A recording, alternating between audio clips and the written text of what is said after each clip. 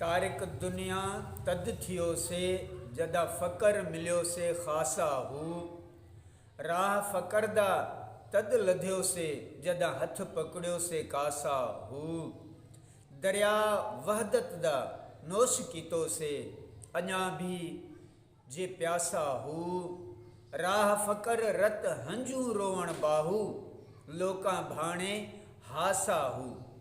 तर्जुमो दुनिया जी मोहब्बत खां तॾहिं तारिक थियासे जॾहिं ख़ालिस फ़कर हासिल थियो।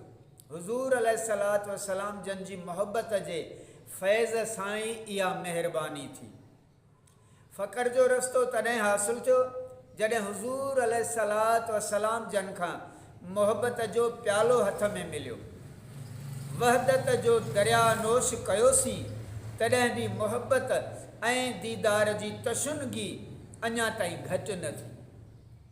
ऐं बाहू फ़कर मुहम्मदी सल्लल्लाहु अलैहि वसल्लम जो रस्तो रत जा ॻोढ़ा ॻाणिण आहे, पर नामहरम माण्हुनि लाइ मज़ाक़ आहे। ते तुल्ह बन तौकल वाला हू मर्दाना तरी ए हू। जंहिं दुख थी सुख हासिल होवे उस दुख थियन न डरी हू।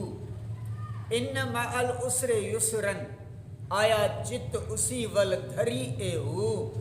ओ बेपरवाह दरगाह बाहू उथे रो रो हासिल भरी ए हू। तर्जुमो ऐ सालिक सिर्फ़ तौकल जो तुरहो ॿधी मर्दानगी सां मार्फत जे दरिया में तरण घुरिजे।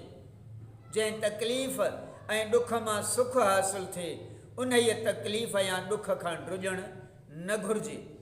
जेकी क़ुरान शरीफ़ में आयो आहे त तहक़ीक़ सख़्ती सां गॾु आसानी आहे, उन ॾांहुं ध्यानु ॾियणु घुरिजे।